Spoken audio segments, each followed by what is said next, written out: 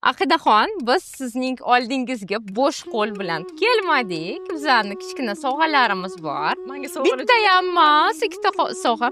Birinchisi bu bizning loyihamizdan eko sumka firmenniy bir kun, bir hayot, behisob yo'llar. O'z yo'lingni bugun tanla va ichida kichkina podarkachalari ham bor. hayot naqadar go'zal.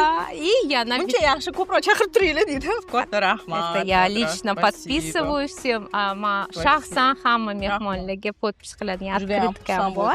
Va yana bitta sovg'a, bu bizning sponsorimizdan ayollar brendi, ayollardan ayollarga. To'xting. Bilasizmi bu brendni? Men buni Instagramda ko'rib, havasim kelib bir zakaz qilish kerak edi. Ana ko'rdingizmi? 3 oy bo'lib qoldi bu narsa. Ana ko'rdingizmi? Men ham ular bilan shunaqa tanishganman. O'zim futbolkalarni sotib olganimda ularni asoschisi bilan, rahbari bilan tanishdim. Umida degan ayol.